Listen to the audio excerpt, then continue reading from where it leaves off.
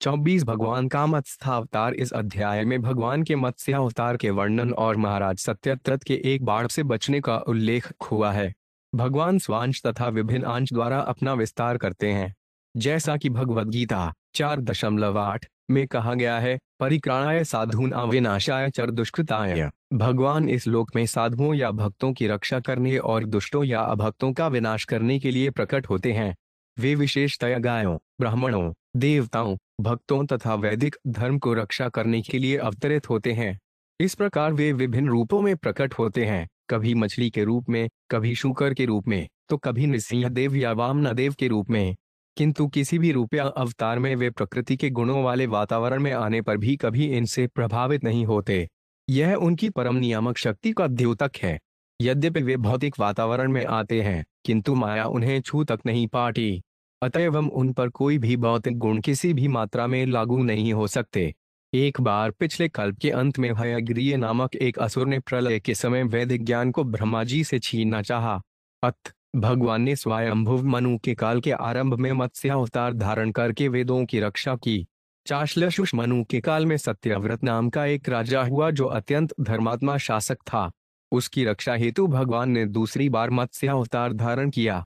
बाद में यही राजा सत्यव्रत सूर्य देव का पुत्र बना और श्राद्ध देव कहलाया। भगवान ने इन्हें मनु के रूप में स्थापित किया। भगवान को कृपा पाने के लिए राजा सत्यव्रत ने केवल जल पीकर जीवित रहने को तपस्या प्रारंभ की। एक बार कृतमाला नदी के तट पर तपस्या करते हुए जब वे अपनी अंजलि से जल दे रहे थे तो उन्हें एक छोटी सी मछली मिली। मछली ने राजा से अपनी रक्षा के लिए सुरक्षित स्थान में रखे जाने की विनती की। यद्यपि राजा को पता नहीं था कि मछली साक्षात भगवान है, किंतु उसने राजा होने के नाते उसकी रक्षा की और उसे एक जलतपात्र में सुरक्षित रख दिया। इस मछली ने भगवान होने के कारण राजा को अपनी शक्ति दिखलानी चाहिए। अतः उसने अपने शरीर का इस तरह विस्तार किया कि वह जलपान में न रखी जा सकी।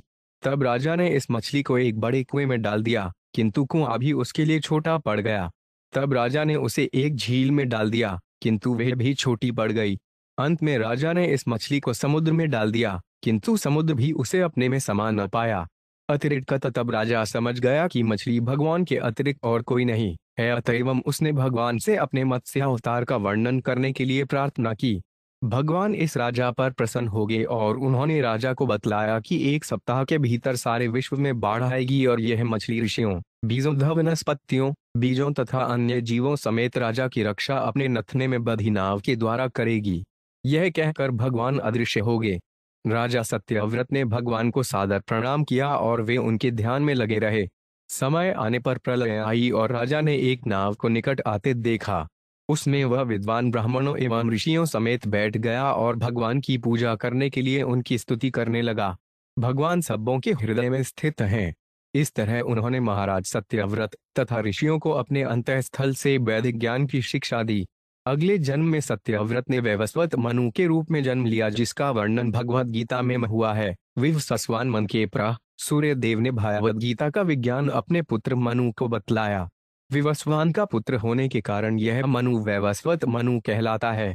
श्री राजोवाच भगवद छोतुमिच्छामि हरेरदुत्कर्मन् अवतार कथा माझा माया मत्स्य विडम्बनम। 1 महाराज परीक्षित ने कहा, भगवान हरि नित्य ही अपने दिव्य पद पर स्थित हैं, फिर भी वे इस भौतिक जगत में अवतरित होते हैं और विभिन्न रूपों में अपने आप को प्रकट करते हैं। उनका पहला अवतार एक बड़ी मछली के रूप में हुआ।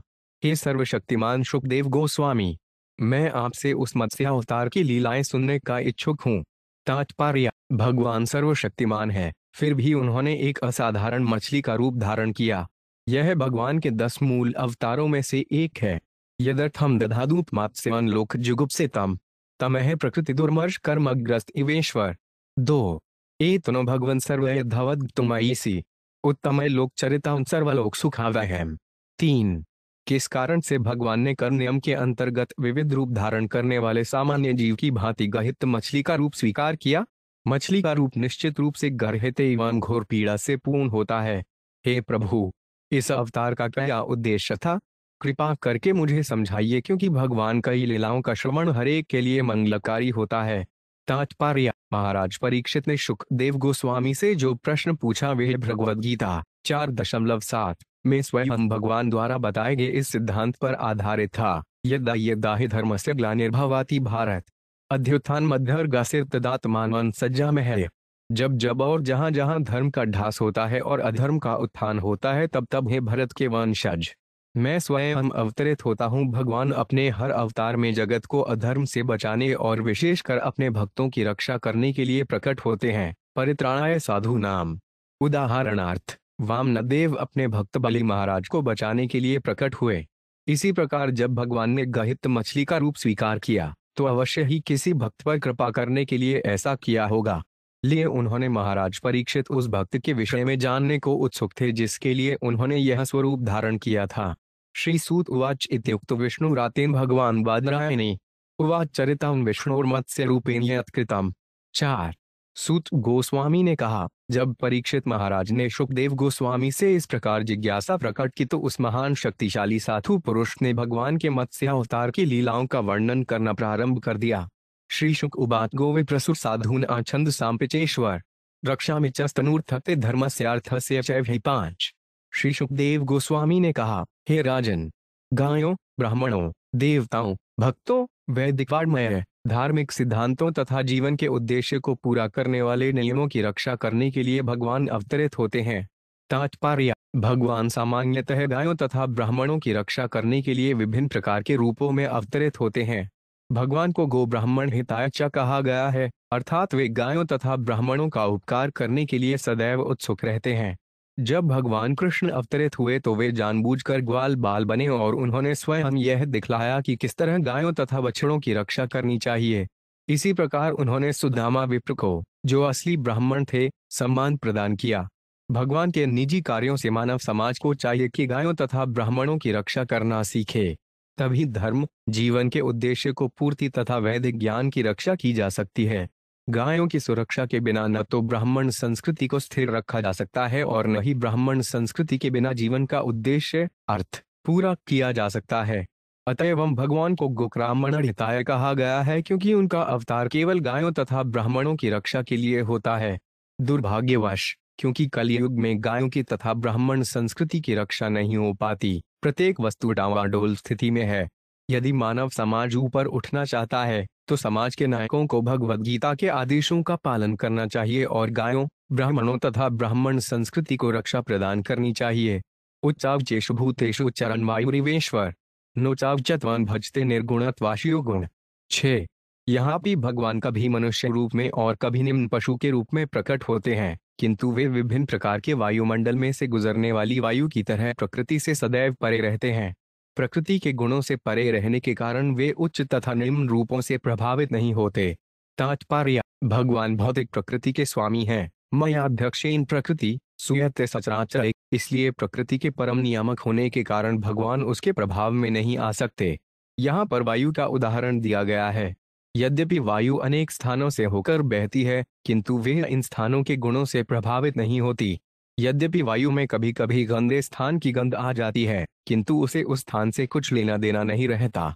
इसी प्रकार भगवान सर्वशुभ तथा सर्वमंगलकारी होने के कारण कभी भी किसी साधारण जीव की भांति भौतिक गुणों से प्रभावित नहीं होते। पुरुष है प्रकृतिस्थो हिथु प्रकृति जान गुणान, भगवद गीता 13.21। जब जीव भौतिक प्रकृति में रहता है तो वे उसके गुणों से प्रभावित होता है, किंतु भगवान कभी भी प्रभावित नहीं होते। जो इसे नहीं जानता वह भगवान का निरादर करता हुआ उन्हें सामान्य जीव मानता है। अवजानन्ति मा युद्धा पर शावक अजानंत है। ऐसे निष्कर्ष पर मूर्ख ही पहुंचते हैं, क्योंकि वे भगवान के दिव्य गुणों से अनजान रहते हैं। आसीतीत कल्पान्ते ब्रह्मणेमिति क्लोए विसर्ग समुद्रोपप्लुतास्तत्र लोका भूराद्योनूप। 7। है राजा परीक्षित, विगत कल्प के अंत में ब्रह्मा का दिन समाप्त होने पर ब्रह्मा की निद्रा के कारण रात में प्रलय आ गई और तीनों लोग समुद्र के जल से प्लवित हो गए। काले नाक निर्ध्वस्त धातु शिशिशोर बलि मुख तो निसूतान्वेदान्यग्रीवोडंति के डहरत।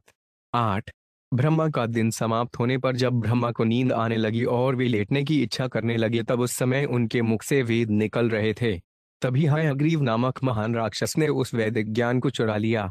जात्वा तहान्वेन्द्र से हयग्रीव से चेष्टितम दधार शक्ति रूप भगवान हरीश्वर। 9। यह जानकर कि यह कार्य महान असुर हयग्रीव ने किया है, सर्व ऐश्वर्यशाली भगवान हरि ने मछली का रूप धारण किया और उस असुर को मारकर वेदों को बचाया। तात्पर्य: चूंकि प्रत्येक वस्तु जल में निमग्न हो गई थी, वेदों को बचाने के लिए भगवान के लिए मछली का रूप धारण करना आवश्यक हो गया था। तत्र राजऋषि कश्रे नामना सत्यवतो महान नारायण रूपांच तपतप सरसलीलाश ने 90 चाक्षुष मनवंतर में सत्यव्रत नाम का एक महान राजा हुआ जो भगवान का बड़ा भक्त था। उसने केवल जलपान को आधार बनाकर तपस्या की। तात्पर्य: भगवान ने वेदों को बचाने के लिए एक बार स्वयंभू मनवंतर के शुरू में मछली का रूप धारण किया और दोबारा चाक्षुष मनवंतर में केवल सत्यव्रत नामक महान राजा पर कृपा करने के लिए मछली का रूप धारण किया। जिस प्रकार वराह के 2 अवतार हुए, उसी प्रकार मछली के भी 2 अवतार हुए थे। भगवान ने एक मत्स्य अवतार हयग्रीव को मारकर वेदों की रक्षा करने के लिए धारण किया और दूसरा मत्स्य अवतार राजा सत्यव्रत पर कृपा करने के लिए। यो 500वस्मिन् महाकल्पे तनय सविवस्वतः श्राद्धदेव इति ख्यातो मनुत्वे हरिणार्पित। 11 इस वर्तमान कल्प में राजा सत्यव्रत बाद में सूर्यलोक के राजा विवस्वान का पुत्र बना और श्राद्धदेव के नाम से विख्यात हुआ। भगवान की कृपा से उसे मनु का पद प्राप्त हुआ। एकदा कृतमालाया कुर्वतो जल तर्पणम तस्यानजलल युद्ध के काचिचफरे काभ्य पदमत। 12 एक दिन जब राजा सत्यव्रत कृतमाला नदी के तट पर जल का तर्पण करके तपस्या कर रहा था, तो उसकी अंजुली के जल में एक छोटी सी मछली प्रकट हुई। सत्यव्रतो 5 जलिगता सह तो एन भारत उत्सर्ज नदी तो यशप्री द्रविडेश्वर है। 13 है भरतवंशी राजा परीक्षित। द्रविड़ देश के राजा सत्यव्रत ने अपनी अंजुली के जल के साथ उस मछली को नदी के जल में फेंक दिया। तमाह सात्विकरुणन महाकारुणिक नृरूपम यादो भयो ज्ञाति घाते भयो दीन आमादीन वत्सल कर्थ विसृज से राजन भी तामस्मिन सरिजले। 14 उस बेचारी छोटी मछली ने अत्यंत कृपालु राजा सत्यव्रत से करुणापूर्ण स्वर में कहा, हे दीनों के रक्षक राजा, आप मुझे नदी के जल में क्यों फेंक रहे हैं जहां पर अन्य जलचर हैं जो मुझे मार सकते हैं? मैं उनसे बहुत भयभीत हूँ। तात्पर्य: मत्स्य पुराण में कहा गया है, अनंत शक्ति भगवान मते रूपी जनार्दन क्रीडार्थयाचयामा स्वयं सत्यव्रत नृपम। भगवान में अनंत शक्ति होती है, फिर भी उन्होंने अपने मत्स्य रूप की लीला में सत्यव्रत से रक्षा की भीख मांगी। तमात्मनो 5 नुग्रहार्थ प्रीत्या मत्स्यपुरधरम अजानन श्लनार्थाय शफर्या समनोदथे। 15 राजा सत्यव्रत ने यह न जानते हुए कि यह मछली भगवान है, अपनी प्रसन्नता के लिए सहर्ष उस मछली को संरक्षण प्रदान करने का निर्णय लिया। तात्पर्य: यहाँ पर बिना जाने भगवान की सेवा करने का दृष्टांत प्रस्तुत है। ऐसी सेवा अज्ञात सुकृति कहलाती है। राजा सत्यव्रत ने अपनी दया दिखानी चाहिए, उसे पता न था कि यह मछली भगवान विष्णु है। ऐसी अज्ञात भक्ति से भगवान की कृपा प्राप्त होती है। भगवान की सेवा चाहे ज्ञात भाव से हो या अज्ञात से, कभी व्यर्थ नहीं जाती। तस्यादीनत्वं वाक्यमाश्रुत्य समहीप्ति कलशापुन्निधा एन दयालोर्निरे आश्रमम। 16 उस मछली के कारुणिक शब्दों से प्रभावित होकर उस दयालु राजा ने उस मछली को एक जलपात्र में रख लिया और उसे अपने घर ले आया। सातु तत्रैकरात्रेण वर्धभाना कमंडलो अलब्धवात्मावकाशान वा एदिद्मा महीप्तिम। 17 किंतु मछली एक रात में इतनी बड़ी होगी कि उसे उस जलपात्र में अपना शरीर इधर उधर घुमाने में कठिनाई होने लगी। तब उसने राजा से इस प्रकार कहा, नाहन का मंडलावस्मिन कृच्छो वस्तुम यहोत्सहे कल्पयोका सुविपुलान यत्राई निवसे सुखम। 18 हे मेरे प्रिय राजा, मैं इस जलपात्र में इतनी कठिनाई से रहना पसंद नहीं करती हूँ, अतएव कृपा करके इससे अच्छा जलाशय ढूंढें जहां मैं सुखपूर्वक रह सके। स इन तत्तादाय यदादौदखलनुद के तत्र छिट्टा मुहूर्तेन हस्तत्रयम वर्थत। 19 तत्पश्चात राजा ने उस मछली को जलपात्र से निकालकर एक विशाल कुएं में डाल दिया, किंतु वह मछली एक क्षण में ही बढ़कर 3 हाथ की हो गई। नमे तद्दन राजन पुखन वस्तु मुदकजलक्ष्मम पृथु देहि पद्मोन महायत्वाहन शरणंगता। 20 तब मछली ने कहा, हे राजा, यह जलाशय मेरे सुख भय निवास के लिए उपयुक्त नहीं है। कृपया और अधिक विस्तृत जलाशय प्रदान करें, क्योंकि मैं आपकी शरण में आई हूँ। तदाय साराज्ञाक्षिप्ता राजन सरोवरे तदावृत्यात्मनासो 5 महामीनो उन्वर्धत। 21 है महाराज परीक्षित, राजा ने उस मछली को कुएं से निकाला और उसे एक झील में डाल दिया, किंतु तब उस मछली ने जल के विस्तार से भी अधिक विशाल रूप धारण कर लिया। नेतन में स्वस्थ राजनुत्सलोक से निधेष्टि रक्षा योगिन हदेमा में दासिनी। 22 तब मछली ने कहा, हे राजा, मैं विराट जलचर हूँ और यह जल मेरे लिए तनिक भी उपयुक्त नहीं है। अब कृपा करके मुझे बचाने का कोई उपाय ढूंढ निकालिए। अच्छा हो यदि आप मुझे ऐसी झील के जल में रखें जो कभी न घटे। इत्युक्त सुपांच नयन मत्स्यवन तत्र तत्र विदासिनी जलाशय उसम सिताउन समुद्रे प्राक्षिपज्ञपम तेज। इस प्रकार प्रार्थना किए जाने पर राजा सत्यवत उस मछली को जल के सबसे बड़े आगार में ले आया। किंतु जब वह भी अपर्याप्त सिद्ध हुआ तो राजा ने अंत में उस मछली को समुद्र में डाल दिया। क्षिप्यमाणस्तमाहेद में मामक्रादय अदंत्य तिबला वीर माने हुत्स्न श्रम रहसी। 24। समुद्र में फेंके जाते समय मछली ने राजा सत्यव्रत से कहा, हे वीर, इस जल में अत्यंत शक्तिशाली एवं घातक मगर हैं जो मुझे खा जाएंगे, अतएव तुम मुझे इस स्थान में मत डालो। एवं विमोहितस्तेन वत्तावल्गु भारतीम तमाको भवनस्मान मत्स्य रूपेण मोहयन। 275। मत्स्य रूप भगवान से इन मधुर वचनों को सुनकर मोहित हुए राजा ने पूछा, आप कौन हैं? आप तो हम सबको मोहित कर रहे हैं। नैवान वीर्यो जलचरो हृष्टोडस्मा भी श्रुतोष्पिवा यो भवान योजनस्तमोहनाभिव्यान शेसर। 26। हे प्रभु, एक ही दिन में आपने अपना विस्तार सैकड़ों मील तक करके नदी तथा समुद्र के जल को आच्छादित कर लिया है। इससे पहले मैंने न तो ऐसा जलचर पशु देखा था और न ही सुना था। नूतन भगवा साक्षात हर नारायणो 5वें अनुग्रहाय भूतानादत्त से रूपम जलोक्साम। 27। हे प्रभु, आप निश्चय ही अव्यय भगवान नारायण श्री हरि हैं। आपने जीवों पर अपनी कृपा प्रदर्शित करने के लिए ही अब जलचर का स्वरूप धारण किया है। नमस्ते पुरुष श्रेष्ठ स्थित्युत्पत्त्यप्यैश्चर भक्तानां प्रपन्नान मुख्यो ह्यात्मक तिर्विभो। 28। हे प्रभु, हे सृष्टि पालन तथा संहार के स्वामी, हे भोक्ताओं में श्रेष्ठ भगवान विष्णु, आप हम जैसे शरणागत भक्तों के नेता तथा गंतव्य हैं, अतएव मैं आपको सादर प्रणाम करता हूँ। सर्वे लीला उतारास्ते भूतानां भूति हेत्वे ज्ञातुम इच्छाम यदो रूप यदर्थ भवता दूतम। 29। आपकी सारी लीलाएं तथा अवतार निश्चय ही समस्त जीवों के कल्याण के लिए होते हैं, अतएव हे प्रभु, मैं वह प्रयोजन जानना चाहता हूँ जिसके लिए आपने यह मत्स्य रूप धारण किया है। न ते डर्विच दाक्ष पदोपसर्पण मृषा भवेत् सर्वसुहत प्रियात्मन यशोत्रेषा पृथगात्मन असता मदीहशो यद्वपुरद्भुता नहीं न। 30। हे कमल की पंखुड़ियों के समान नेत्रों वाले प्रभु, देहात्म बुदंदची वाले देवताओं की पूजा सभी तरह से व्यर्थ है। चूंकि आप हरेक के परम मित्र तथा प्रियतम परमात्मा हैं, अतएव आपके चरण कमलों की पूजा कभी व्यर्थ नहीं जाती। इसलिए आपने मछली का रूप दिखलाया है। तात्पर्य, इंद्र, चंद्र तथा सूर्य जैसे देवता सामान्य जीव हैं जो भगवान के विभिन्न अंश हैं। भगवान जीवों के माध्यम से अपना विस्तार करते हैं। नित्यो नित्यान अचेवन श्वेत गानाय। उनके साकार विष्णु तत्व रूप सभी आध्यात्मिक हैं, स्वांश कहलाते हैं, किंतु सारे जीव जो उनसे पृथक हैं उनके विभिन्न अंश कहलाते हैं। कुछ विभिन्न अंश रूप आध्यात्मिक होते हैं और कुछ पदार्थ तथा आत्माओं के समेल होते हैं। इस जगत में बद्ध जीवात्माएं भौतिक शक्ति से निर्मित अपने बाह्य शरीरों से भिन्न होती हैं। इस तरह स्वर्ग में रहने वाले देवता तथा अधोलोक में रहने वाले जीव समान प्रकृति वाले होते हैं। फिर भी इस लोक के मनुष्य कभी कभी स्वर्गलोक के देवताओं की पूजा करने के लिए लालायित हो जाते हैं। ऐसी पूजा अस्थायी है। जिस प्रकार इस लोक के मनुष्यों को अपने शरीर बदलने होते हैं तथा देहांतर प्राप्ति, उसी प्रकार से इंद्र, चंद्र, वरुण इत्यादि जीवात्माओं को भी यथासमय अपने अपने शरीर बदलने होंगे। जैसा कि भगवद गीता में कहा गया है, अंतकतु फलतेषां तद्भवत्याल्पमेधसाम्। अल्प बुद्धि वाले लोग देवताओं को पूजते हैं, किंतु उनके फल सीमित तथा अस्थायी होते हैं। कामेस्तहस्तइतज्ञाना प्रशचन्ते उन्नय देवता। जो लोग देवताओं के पद को नहीं जानते वे किसी भौतिक प्रयोजन से उनकी पूजा करने की ओर झुकते हैं, किंतु ऐसी पूजा का फल कभी स्थायी नहीं होता। फलत यहाँ पर कहा गया है यथैवृषपथ्यातिन असत्ताम पदोपसर्पण मृषा भवेत्। दूसरे शब्दों में, यदि किसी को किसी की पूजा करनी ही है तो उसे भगवान की ही पूजा करनी चाहिए, तब उसकी पूजा कभी व्यर्थ नहीं जाएगी। स्वल्पमप्यस्य धर्मस्य त्रायते महतो भयात्। भगवान को पूजा करने का स्वल्प प्रयास भी स्थायी निधि होती है।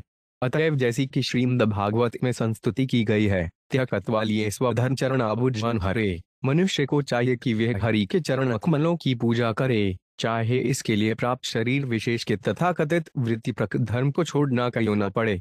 चूंकि शरीर की पूजा अस्थायी है इसलिए इसका फल स्थायी नहीं होता, किंतु भगवान की पूजा से बहुत बड़ा लाभ मिलता है। श्री शुक उवाच तीव्रवाण नित्य जगतपते सत्यव्रतान् मत्स्यवपुर्युगशय। विहर्तुका मैं प्रल्यारण्यवेन भवी च्विकीर सुरेखांतर्जन प्रिय प्रियमु 391। सुखदेव गोस्वामी ने कहा, जब राजा सत्यव्रत ने इस तरह कहा तो अपने भक्त को लाभ पहुंचाने तथा बाढ़ के जल में अपनी लीलाओं का आनंद उठाने के लिए युग के अंत में मछली का रूप धारण करने वाले भगवान ने इस प्रकार उत्तर दिया। श्री भगवान वाच सप्तमेहाद्यत्ना दूर्ध्वमहने तद्रिंदम निम्दक्षत्यप्ययाम भूत और त्रैलोक्यन भूर्भुवादिकम। 32। भगवान ने कहा, हे शत्रुओं को दमन कर सकने वाले राजा, आज से 7वें दिन भू भुव तथा स्व ये तीनों लोक बाढ़ के जल में डूब जाएंगे। ब्रिलोक्यालीमानाया संवर्ताम भसी वे तदा उपस्थासति नौकाचिदिशाला त्वामहेरिता। 33। जब तीनों लोग जल में डूब जाएंगे तो मेरे द्वारा भेजी गई एक विशाल नाव तुम्हारे समक्ष प्रकट होगी। त्वंतावदोषधि सर्वाबीजायुच्चावचानच सप्तर्षिभिः परिवृतः सर्वसत्त्वोपबृंहित। 34। आयेरुहं बृहती नावं विचृष्यस्य विक्लव एकार्णवे निरालोक्य ऋषीणमेव वर्चसा। 35। हे राजा, तत्पश्चात तुम सभी तरह की औषधियां एवं बीज एकत्र करोगे और उन्हें उस विशाल नाव में लाद लोगे। तब सप्तर्षियों समेत एवं सभी प्रकार के जीवों से घिरकर तुम उस नाव में चढ़ोगे और बिना किसी खिन्नता के तुम अपने संगियों सहित बाढ़ के समुद्र में सुगमता से विचरण करोगे। उस समय ऋषियों का तेज ही एकमात्र प्रकाश होगा। दो धुयमान आतानाव समीरेन बलियसा उपस्थितस्य में शूरे निबधनी हिमहाहिना। 36। तब जो ही नाव तेज हवा से डगमगाने लगे तुम उसे महान सर्प वासुकी के द्वारा मेरे सींग से बांध देना, क्योंकि मैं तुम्हारे पास ही उपस्थित रहूंगा। अहं त्वाम ऋषिभिः सार्थ सहनाव मुदन्वती विकर्षण विचरेष्यामि अवध्वाहि निशा प्रभो। 37।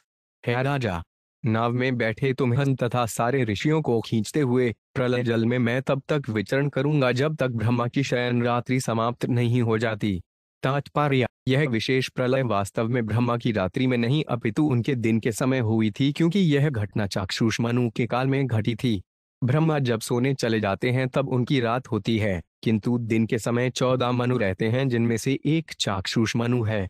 इसलिए श्री विश्वनाथ चक्रवर्ती ठाकुर टीका करते हैं कि यद्यपि ब्रह्मा के लिए दिन था, किंतु भगवान की परम इच्छा से उन्हें कुछ समय के लिए नींद आने लगी। यह थोड़ा सा समय ब्रह्मा की रात्रि माना जाता है। श्री रूप गोस्वामी ने अपने लघु भागवतायुत में इसकी विस्तार से विवेचना की है, जिसका सारांश इस प्रकार है। अगस्त्य मुनि के शाप के कारण स्वयंभुव मनु के काल में प्रलय हुई। इस प्रलय का वर्णन मत्स्य पुराण में पाया जाता है। भगवान की इच्छानुसार चाक्षुष मनु के समय में अकस्मात एक दूसरी प्रलय हुई। इसका वर्णन मार्कंडेय ऋषि ने कविष्णु धर्मोत्तर में किया है। मनु के काल की समाप्ति पर प्रलय आवश्यक नहीं होती है, किंतु चाक्षुष मनवंतर के अंत में भगवान ने अपनी माया से सत्यत्रत को प्रलय का प्रभाव दिखलाना चाहा। श्रील श्रीधर स्वामी भी इस मत से सहमत हैं। लघु भागवतामृत में कहा गया है, मधे मनवंतर सैव सुने शापान सन्नुप्रति प्रलय उसो बथुवेति पुराणे वचदीयति अयदा कस्पृको जात साक्षु पस्यांतरे मनो प्रलय पद्मचना भस्य लीलेति चकृतलच्चित स्मन्वंतरस्यांते प्रलयो निश्चितं भवेत् किष्णुधर्मीतरेत वेतत् मार्कण्डेयेन भाष्यतः मनोरन्ते लगी नास्ति मनवेन्दर्शि माया विष्णुनेति ब्रुवाणैस्तु स्वामिभिनाश्मयते मदीयान् महिमानं च परब्रह्मोति शब्दितं वेत्स्य सर्वगृहीत में संप्रश्नेर्तिवृतां हृदि। 38।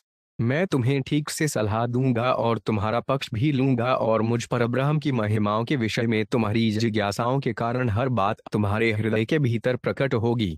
इस तरह तुम मेरे विषय में सब कुछ जान लोगे। तात्पर्य, जैसा कि भगवद गीता 15.15 में कहा गया है, सर्वस्य चाहन हदि संनिविष्टो मतः स्फुरितज्ञानं पुनश्च परमात्मा सबों के हृदयों में स्थित हैं और उन्हीं से स्मृति, ज्ञान तथा विस्मृति आती है। जो जितना शरणागत होता है उसी अनुपात में भगवान अपने को प्रकट करते हैं। ये यथा मां प्रपमन्ते तांस तथन भजाम्यहम्।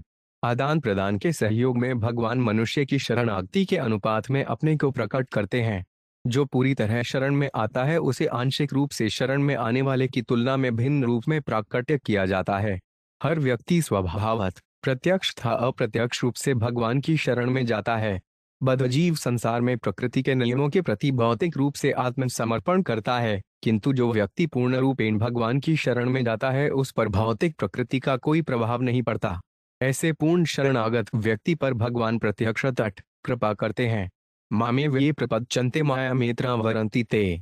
जो पूर्णतया भगवान की शरण में जाता है उसे प्रकृति के गुणों का भय नहीं रह जाता, क्योंकि हर वस्तु भगवान की महिमा का विस्तार मात्र है। सर्व खल्विदं ब्रह्म, और ये महिमाएं क्रमश प्रकट होती हैं और अनुभव की जाती हैं। भगवान परम शुद्धि करता है, पर ब्रह्म पर धाम पवित्र परम भगवान, जो जितना ही पवित्र हो जाता है और ब्रह्म के बारे में जितना अधिक जानना चाहता है, भगवान उसके समक्ष उतना ही अधिक प्रकट करते हैं। शुद्ध भक्तों को ब्रह्म, परमात्मा तथा भगवान का पूर्ण ज्ञान प्रकट किया जाता है। भगवान भगवद गीता 10.11 में कहते हैं, तेषामेवानुकस पार्थपहन अज्ञानजतम नाशाहम यात्मभावस्थो ज्ञान दीपेन भारता, मैं उन पर कृपा करके उनके हृदयों में बसकर ज्ञान के चमकते हुए दीप से अज्ञानजन्य अंधकार को विनष्ट कर देता हूँ। इथमादेशे राजान हरिस्तर्धीयत सो 5 काल यह ऋषिकेश आदिशत 39। राजा को इस प्रकार आदेश देने के बाद भगवान तुरंत अंतर्धान हो गए। तब राजा सत्यव्रत उस काल की प्रतीक्षा करने लगा जिसका आदेश भगवान दे गए थे। आस्तीरे दर्भान प्राकुलान राजर्षि प्रागुदड्मुख निस्साधारे पादौ चिंतयन मत्स्य रूपेण। 40। संत राजा ने कुशों के सिरों को पूर्व दिशा की ओर करके उन्हें बिछा दिया और स्वयं उत्तर पूर्व की ओर मुख करके कुशों पर बैठकर उन भगवान विष्णु का ध्यान करने लगा जिन्होंने मछली का रूप धारण किया था।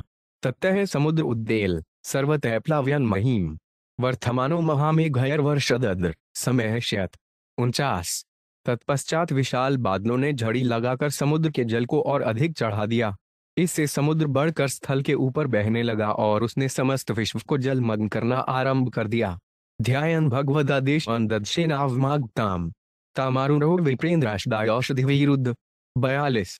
जो ही सत्यव्रत को भगवान का आदेश स्मरण आया त्यों ही उसे अपनी ओर आती हुई एक नाव दिखी। तब उसने वनस्पतियों तथा लताओं को एकत्र किया और वे साधु ब्राह्मणों को साथ लेकर उस नाव में चढ़ गया। तमुचुर मुन्ह प्रीता राजन ध्यायस केशवम सवैनः सड्डूटादस्माद् वित्ताशन विधास्यति। 43। उन संत ब्राह्मणों ने प्रसन्न होकर राजा से कहा, हे राजा, भगवान केशव का ध्यान कीजिए, वे हमें इस आसन संकट से उबार लेंगे और हमारे कल्याण की व्यवस्था करेंगे। सोडनुध्यातस्ततो राज्ञा प्रादुरासीन महार्णवे एक शूद्रो मत्स्यो है मुनियुतमोजन। 44। जब राजा भगवान का निरंतर ध्यान कर रहे थे तो प्रलय सागर में एक बड़ी सुनहरी मछली प्रकट हुई। इस मछली के एक सींग था और वह 80 लाख मील लंबी थी। निबद्ध नाव तछुड़े यथोक्तो हरिणापुरा वरत्रिणाहिनातुष्टस्तुष्टाव मधुसूदनम। 45। जैसा कि भगवान पहले आदेश दे चुके थे उसका पालन करते हुए राजा ने वासुकी सर्प को रस्सी बनाकर उस नाव को मछली के सींग में बांध दिया। फिर संतुष्ट होकर भगवान को स्तुति करनी प्रारंभ कर दी। श्री राजोवाच अनाद्य विद्योपहतात्मसंविद स्तंयुल संसार परिश्रमातुरा यह क्षयोपसूता यमापनुय मुक्ति दोनः परमोग गुरुर्भवान। 46। राजा ने कहा, भगवान की कृपा से उन लोगों को जो अनंत काल से आत्मज्ञान खो बैठे हैं और इस अविद्या के कारण भौतिक कष्टमय बंध जीवन में रह रहे हैं, भगवत भक्तों से भेंट करने का अवसर मिलता है। मैं उन भगवान का परम आध्यात्मिक गुरुवार स्वीकार करता हूँ। तात्पर्य: वास्तव में भगवान परम आध्यात्मिक गुरुवार हैं। वे बद्ध जीवों के कष्ट के विषय में सब कुछ जानते हैं, अतः वे इस भौतिक जगत में वास्तविक स्वयं प्रकट होते हैं, कभी अवतार के रूप में तो कभी किसी जीव को अपना प्रतिनिधि बनाकर। फिर भी वे सभी दशाओं में आदि आध्यात्मिक गुरुवार हैं, जो इस संसार में कष्ट भोगने वाली बंध जीवात्माओं को प्रकाश प्रदान करता है। भगवान सदैव बद्ध जीवों की कई प्रकार की सहायता देने में लगे रहते हैं, इसीलिए उन्हें यहाँ पर परमो गुरुर्देवान कहकर संबोधित किया गया है। भगवान का प्रतिनिधि भी जो कृष्ण भावनामृत का प्रसार कार्य करता है, भगवान के आदेश को पूरा करने के लिए भगवान द्वारा मार्गदर्शन पाता है। ऐसा व्यक्ति भले ही एक सामान्य मनुष्य लगे, किंतु परम गुरु रूप भगवान की ओर से काम करने के कारण उसे सामान्य व्यक्ति की तरह उपेक्षित नहीं किया जाना चाहिए।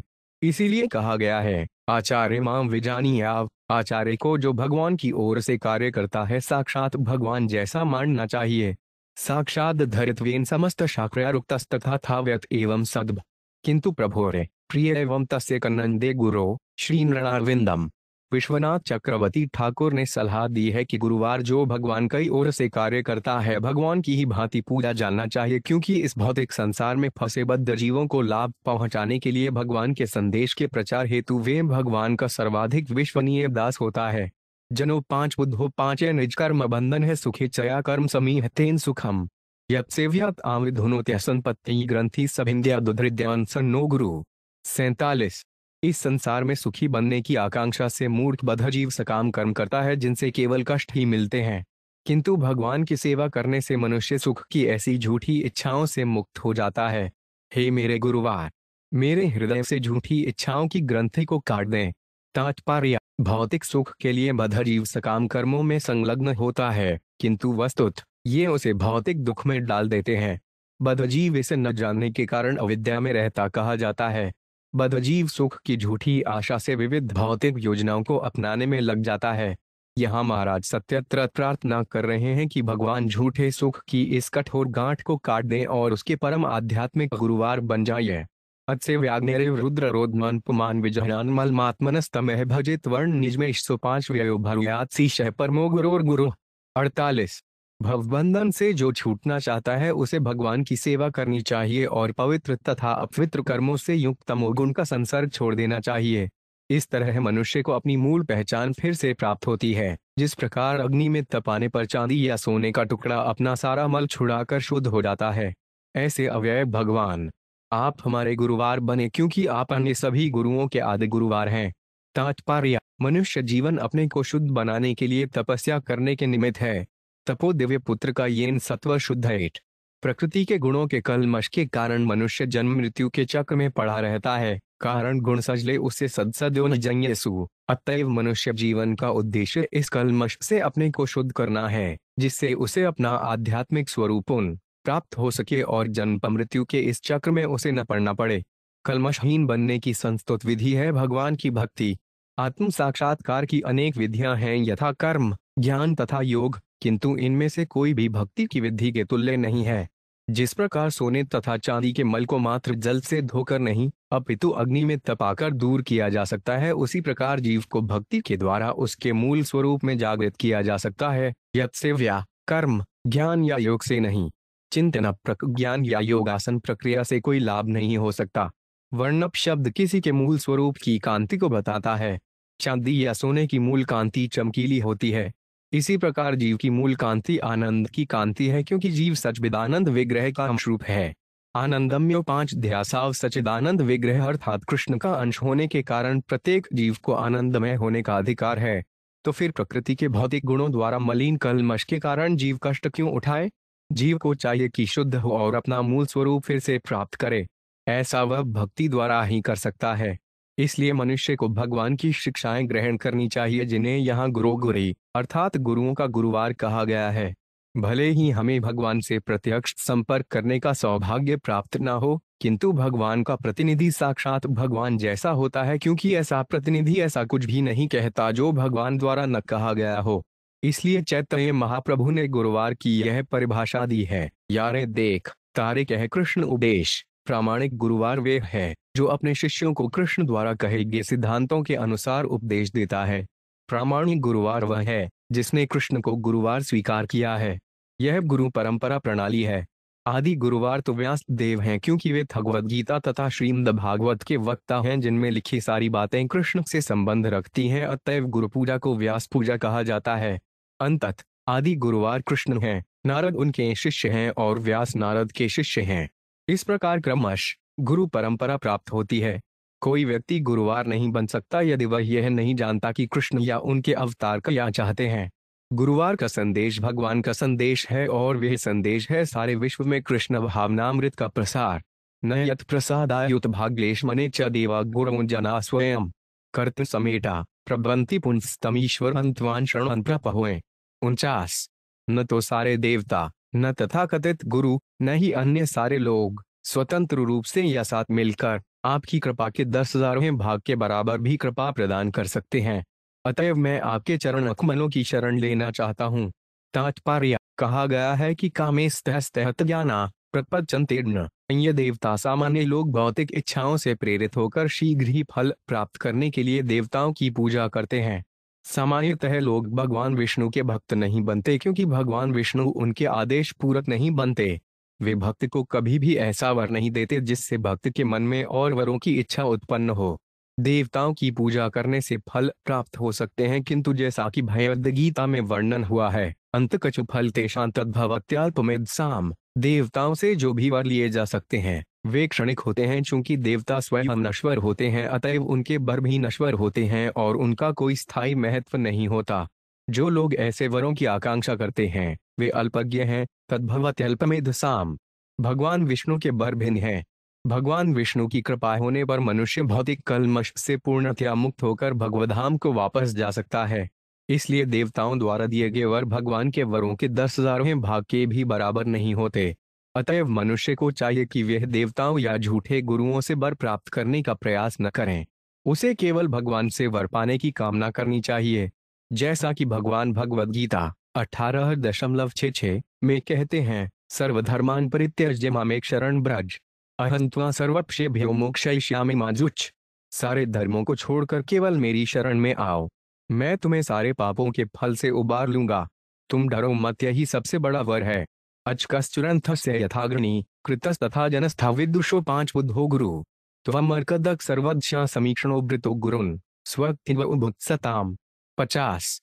जिस प्रकार एक अंधा पुरुष न देख सकने के कारण दूसरे अंधे को अपना नायक मान लेता है, उसी तरह जो लोग जीवन लक्ष्य को नहीं जानते वे किसी न किसी धूर्त तथा मूर्ख को अपना गुरुवार बना लेते हैं। किंतु हमारा लक्ष्य आत्म साक्षात्कार है, तय हम आपको अपना गुरु स्वीकार करते हैं क्योंकि आप सभी दिशाओं में देखने में समर्थ हैं और सूर्य की तरह सर्वज्ञ हैं। तात्पर्य: अज्ञान में डूबा रहने एवं जीवन लक्ष्य न जानने के कारण बद्ध जीव वैसा गुरुवार बनाता है जो शब्दों की जादूगरी जानता हो और ऐसा जादू दिखा सकता हो जो किसी मूर्ख के लिए आश्चर्यजनक हो। कभी कभी मूर्ख व्यक्ति किसी को इसलिए गुरुवार बना लेता है क्योंकि वह अपनी योग शक्ति से थोड़ा सा सोना भी बना सकता है। चूंकि ऐसे शिष्य के पास अल्प ज्ञान रहता है अतः वह यह तय नहीं कर सकता कि सोना बनाना गुरुवार को कसौटी है या नहीं। कयों भगवान कृष्ण को गुरुवार बनाया जाए जिनसे सोने की अनंत खानें उत्पन्न होती हैं। अहं सर्वस्य प्रथमतः सर्व प्रवृत्ति, सोने की सारी खानें भगवान की शक्ति द्वारा उत्पन्न की जाती हैं। अतएव उस जादूगर को क्यों गुरुवार बनाया जाए जो थोड़ा सा सोना ही बना सकता है। ऐसे गुरुओं को वे ही मानते हैं जो अंधे हैं और जीवन का लक्ष्य नहीं जानते। किंतु महाराज सत्यव्रत जीवन का लक्ष्य जानते थे, वे भगवान को जानते थे, अतएव उन्होंने भगवान को अपना गुरुवार बनाया। या तो भगवान या उनका प्रतिनिधि ही गुरुवार बन सकता है। भगवान कहते हैं, मामेव ये प्रपद्यन्ते मायामेता तरन्ति ते। जो ही कोई मेरी शरण में आ जाता है उसे माया के जाल से छुटकारा मिल सकता है।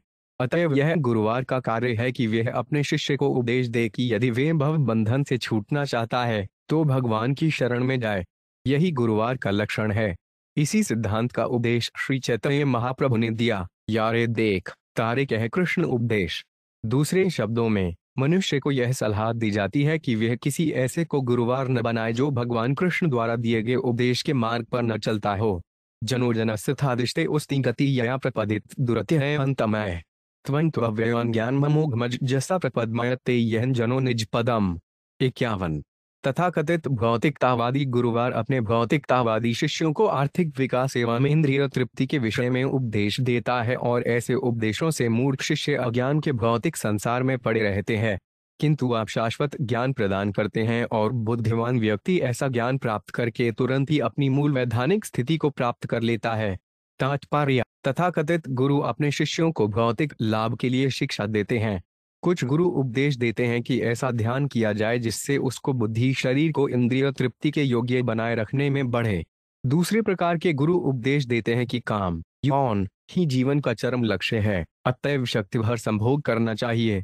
ये उपदेश मूर्ख गुरुओं के हैं। दूसरे शब्दों में मूर्ख गुरुवार के उपदेशों के कारण मनुष्य भौतिक संसार में हमेशा के लिए पड़ा रहता है और इसके कष्ट सहता रहता है। किंतु यदि कोई बुद्धिमान व्यक्ति भगवान से आदेश ग्रहण करता है, जैसा कि भगवद गीता में या कपिल देव के सांख्य दर्शन में बताया गया है, तो उसे शीघ्र ही मुक्ति मिल सकती है और वह आध्यात्मिक जीवन के मूल पद पर स्थित हो सकता है। निज पदम शब्द सार्थक है। भगवान का अंश होने के कारण जीव को वैकुंठ लोक में स्थान पाने का जन्मसिद्ध अधिकार है जहाँ किसी प्रकार की चिंता नहीं होती। अतएव मनुष्य को चाहिए कि भगवान के आदेशों का पालन करें। तब भगवद्गीता के कथन के अनुसार इस शरीर को त्यागने के बाद मनुष्य भगवधाम वापस जाएगा। त्यक्त्वादेक पुनर्जन्म नैति मामेति सो अर्जुन। भगवान अपने मूल स्वरूप में वैकुंठ में रहते हैं और भगवान के आदेशों का पालन करने वाला भक्त उनके पास चला जाता है। मैं भी आध्यात्मिक व्यक्ति के रूप में ऐसा भक्त भगवान के पास लौट जाता है जहां वे उनके साथ खेलता तथा नाचता है। यही जीवन का चरम लक्ष्य है। त्वं सर्वलोकस्य सुहृत प्रियेश्वरो झात्मा गुरुज्ञानिभीष्ट सिद्धि तथापि लोको न भवन्त मंदथि जनियाति संतान हृदय बधक्का मैं। 52। हे प्रभु, आप सबों के परम हितैषी तथा प्रियतम मित्र, नियंता, परमात्मा, परम उपदेशक, परम ज्ञान के दाता तथा समस्त इच्छाओं को पूरा करने वाले हैं। यद्यपि आप हृदय में रहते हैं, किंतु हृदय में बसी काम इच्छाओं के कारण मूर्ख व्यक्ति आपको समझ नहीं पाता। तात्पर्य, यहाँ पर मूर्खता का कारण बताया गया है। चूंकि इस जगत में बद्ध जीव भौतिकतावादी काम इच्छाओं से पूर्ण रहता है, अतः वे भगवान को नहीं समझ पाता। यद्यपि भगवान सबों के हृदय में वास करते हैं। ईश्वर सर्वभूतानाहद विषय अर्जुन तविष्ठाति। इसी मूर्खता के कारण वे भगवान से उपदेश नहीं ग्रहण कर पाता। यद्यपि भगवान प्रत्येक व्यक्ति को बाहर और भीतर से उपदेश देने के लिए उद्यत रहते हैं। भगवान कहते हैं, तद्मि बुद्धियोग त्वयैन मामुपयान्ति ते। दूसरे शब्दों में, भगवान भक्ति के विषय में उपदेश दे सकते हैं जिससे मनुष्य भगवधाम लौट सकता है, किंतु दुर्भाग्यवश लोग भक्ति को नहीं अपनाते। भगवान सबों के हृदय में स्थित होकर मनुष्य को भगवधाम वापस जाने का पूरा पूरा उपदेश दे सकते हैं, किंतु मनुष्य काम इच्छाओं के कारण भौतिकतावादी कार्यों में लगा रहता है और भगवान की सेवा नहीं करता। अतः वह भगवान का उपदेश के महत्व से वंचित रह जाता है। ज्ञान के बल पर मनुष्य यह समझ सकता है कि वह शरीर ना होकर आत्मा है, किंतु जब तक वह भक्ति में नहीं लगता तब तक जीवन का असली प्रयोजन पूरा नहीं हो पाता। जीवन का असली प्रयोजन भगवधाम वापस जाकर भगवान का साथ रहना, उनके साथ खेलना, नाचना तथा खाना पीना है। ये सब आनंद के विविध साधन हैं। आध्यात्मिक विविधताओं में आध्यात्मिक आनंद। भले ही कोई ज्ञान के बल पर ब्रह्मभूत पद को क्यों न पाले तथा अपने आध्यात्मिक स्वरूप को क्यों न समझ ले, किंतु भगवान को समझे बिना वह आध्यात्मिक जीवन का आनंद नहीं उठा सकता। इसका संकेत अभीष्ट सिद्धि शब्द से मिलता है। भगवान की भक्ति में लगने से ही जीवन के चरम लक्ष्य को पूरा किया जा सकता है। तब भगवान मनुष्य को सही उपदेश देंगे कि भगवधाम किस तरह वापस जाया जाए। त्वत्वामहं देवव्रान् वरेण्यान् प्रपद्मीशान् प्रतिबोधनाय हच्छिमदर्थदीपे भगवान वत्नोभिग्रंथीन दयान विवरणो स्वमोक। 53। हे परमेश्वर, आत्म साक्षात्कार के लिए मैं आपकी शरण ग्रहण करता हूँ। आप सभी वस्तुओं के परम नियंता के रूप में देवताओं द्वारा पूजित होते हैं। आप अपने उपदेशों से जीवन के प्रयोजन को प्रकट करते हुए कृपया मेरे हृदय की ग्रंथि को काट दीजिए और मुझे जीवन का लक्ष्य बतलाइए। तात्पर्य, कभी कभी यह तर्क किया जाता है कि लोग यह नहीं जानते कि गुरुवार कौन होता है और ऐसा गुरुवार ढूंढ पाना जो जीवन लक्ष्य के विषय में प्रकाश दे सके अत्यंत कठिन है। इन सारे प्रश्नों का उत्तर देने के लिए राजा सत्यव्रत हमें रास्ता दिखलाते हैं कि भगवान को असली गुरुवार के रूप में स्वीकार किया जाए। भगवान ने भगवद गीता में सारी बातें बतलाई हैं कि इस संसार में प्रत्येक वस्तु के साथ कैसे व्यवहार किया जाए और किस तरह भगवधाम वापस जाया जाए।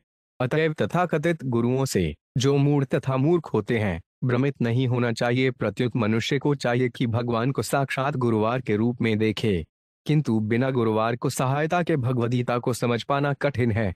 अतएव गुरुवार परंपरा प्रणाली में प्रकट होता है। भगवद्गीता 4.34 में भगवान संस्तुति करते हैं, वद विद्धि प्रणिपातेन परिप्रश्नेन सेव्या उपदेक्षति ते ज्ञान ज्ञानिनस्तत्वदर्शिनः। गुरुवार के पास जाकर सत्य जानने का प्रयास करो, उससे विनीत भाव से प्रश्न पूछो और उसकी सेवा करो। स्वख प्रसिद्ध व्यक्ति तुम्हें ज्ञान दे सकता है क्योंकि उसने सत्य का दर्शन किया है। भगवान कृष्ण ने अर्जुन को प्रत्यक्ष उपदेश दिया, अतएव अर्जुन तत्वदर्शी या गुरुवार है। अर्जुन ने भगवान को स्वीकार किया, परे ब्रह्म परम धाम पवित्र परम भगवान। इसी तरह भगवान के साकार भक्त श्री अर्जुन के चरण चिन्हों पर चलकर भगवान कृष्ण की श्रेष्ठता स्वीकार करनी चाहिए, जिसकी पुष्टि व्यास, देवल, असित, नारद तथा रामानुजाचार्य, मध्वाचार्य, निम्बार्क तथा विष्णु स्वामी इत्यादि परवर्ती आचार्यों एवं उनके भी बाद महानतम आचार्य श्री चैतन्य महाप्रभु द्वारा हुई है। तो फिर गुरुवार ढूंढने में कठिनाई है कहाँ? यदि कोई निष्ठावान है तो वे गुरुवार पा सकता है और हर बात सीख सकता है। मनुष्य को चाहिए कि गुरुवार से शिक्षा ग्रहण करे और जीवन लक्ष्य की खोज करें। अतएव महाराज सत्यव्रत हमें महाजन का मार्ग प्रदर्शित करते हैं। महाजनों यह सपंथा मनुष्य को चाहिए कि वे भगवान दशावतार की शरण ग्रहण करें और उनसे आध्यात्मिक जगत एवं जीवन लक्ष्य के बारे में सीखें। श्री शुक उवाच इत्युक्तवन्तः नित्य भगवानादि पुरुषः मत्स्य रूपी महाभूतोऽविरंस्तत्त्वमद्भवितु। 54। सुखदेव गोस्वामी ने आगे कहा, जब सत्यव ने मत्स्य रूप धारण करने वाले भगवान से इस प्रकार प्रार्थना की तो उसको बाढ़ के जल में विचरण करते हुए भगवान ने परम सत्य के विषय में उपदेश दिया। पुराण संहिता दिव्या सांख्य योग क्रिया 3 सत्यव्रतस्त रजर्षिरात्मक शेषत 75। इस प्रकार भगवान ने राजा सत्यव्रत को वे आध्यात्मिक विज्ञान बतलाया जो सांख्य योग कहलाता है, जिससे पदार्थ तथा आत्मा का अंतर अर्थात भक्ति योग जाना जाता है। इसके साथ ही भगवान ने पुराणों, प्राचीन इतिहास तथा संहिताओं में पाए जाने वाले उपदेश भी बतलाए। भगवान ने इन सारे ग्रंथों में अपनी व्याख्या की है। अश्रौषि भी सात्मात्म तत्वम संशयम नव्यासीनो भगवता प्रोक्त ब्रह्म सनातनम 56। राजा सत्यव्रत ने ऋषियों सहित नाव में बैठे बैठे आत्म साक्षात्कार के विषय में भगवान के उपदेशों को सुना। ये सारे उपदेश शास्त्रत वैदिक साहित्य ब्रह्म से थे। इस तरह राजा तथा ऋषियों को परम सत्य परब्रह्म के विषय में कोई संशय नहीं रहा। अतीत प्रलयापाय उत्थिताय सवेद से हत्वासुर हयग्री वेदान प्रत्याघ्रधरी 57। स्वयंभुव मनु के काल में पिछली बाढ़ के अंत में भगवान ने हयग्रीव नामक असुर को मारा और ब्रह्मा के निद्रा से जगने पर उन्हें सारा वैदिक साहित्य प्रदान कर दिया। सतु सत्यव्रत राजा ज्ञान विज्ञान संयुत विष्णु प्रसादात कल्पे उसमें नासीद वैवस्वतो मनु 58। भगवान विष्णु की कृपा से राजा सत्यव्रत को सारा वैदिक ज्ञान प्राप्त हो गया और इस काल में उसने अब सूर्य देव के पुत्र वैवस्वत मनु के रूप में जन्म लिया है। तात्पर्य: श्रील विश्वनाथ चक्रवर्ती ठाकुर का निर्णय है कि सत्यव्रत चाक्षुष मनवंतर में प्रकट हुआ। चाक्षुष मनवंतर के बाद जैवस्वत मनु का काल प्रारंभ हुआ। भगवान विष्णु की कृपा से सत्यव्रत को द्वितीय मत्स्य अवतार से उपदेश प्राप्त हुए और इस तरह उसे सारा आध्यात्मिक ज्ञान प्राप्त हुआ। सत्यव्रतस्त्राजे माया मत्स्यस्य शाजिन् संवाद महदाख्यानं श्रुत्वा मुचेत किल्बिषात् 59। महान राजा सत्यव्रत तथा भगवान विष्णु के मत्स्य अवतार से संबंधित यह कथा एक महान दिव्य आख्यान है। जो भी इसे सुनता है वह पापमय जीवन के फलों से छूट जाता है। अवतार हरेण 5 कीर्तन वह नरः सज्जुल्पास्तस्थ सिद्धयंती सयाति परमागतिम् 60। जो कोई मत्स्य अवतार तथा राजा सत्यव्रत के इस वर्णन को सुनाता है उसकी सारी आकांक्षाएं पूरी होंगी और वे निश्चित रूप से भगवधाम वापस जाएगा। प्रलयप्य सिधातु सुप्त शक्तिर्मुखे भय श्रुतिगणमतनीते प्रत्युपादत हत्वा दितिजमक्थयो बहा सत्यवतानातमहमखिल हेतु जिहामीन तो 5वीं 69। मैं उन भगवान को सादर नमस्कार करता हूँ जिन्होंने उस विशाल मछली का रूप धारण करने का बहाना किया जिसने ब्रह्मा के निद्रा से जगने पर उन्हें वैदिक साहित्य वापस ला कर दिया और राजा सत्यवत तथा महर्षियों को वैदिक साहित्य का सार कह समझाया। तात्पर्य: यह भगवान विष्णु के मत्स्य अवतार से सत्यव्रत की भेंट का सारांश है। भगवान विष्णु का उद्देश्य है अग्रीव असुर से सारे वेद वापस लेकर ब्रह्मा जी को सौंपना था। संयोगवश भगवान ने अपनी अहेतु की कृपा के कारण सत्यव्रत से बात की। सत्यव्रता नाम शब्द महत्वपूर्ण है क्योंकि यह सूचित करता है कि जो लोग सत्यव्रत के स्तर पर हैं वे भगवान द्वारा प्रदत्त वेदों से ज्ञान प्राप्त कर सकते हैं। भगवान जो भी बोलते हैं वह वेद मान लिया जाता है। जैसा कि भगवद गीता में कहा गया है, वेदांत कृत वेदविद भगवान सारे वैदिक ज्ञान के संग्रह करता है और वे वेदों के तात्पर्य को जानते हैं। अतएव जो कोई भगवान कृष्ण से या भगवद गीता यथारूप से ज्ञान ग्रहण करता है वे वेदों के प्रयोजन को जानता है। वेदाश सवैरहमेव केद्यु। कोई वेद वादृतों से अर्थात जो वेद पढ़कर उनका दूसरा अर्थ लगाते हैं वैदिक ज्ञान नहीं समझ सकता। वेदों को तो भगवान से जानना होता है। भगवान तथा आचार्यों की कृपा से यह टीका आज 1 सितंबर 1976 को राधाष्टमी के दिन हमारे नई दिल्ली केंद्र में समाप्त हुई। श्रील नरोत्तम दास ठाकुर कहते हैं, तौदेर चरण से विभसने वास जन्मे जन्मे हय एड़ अभिलाष।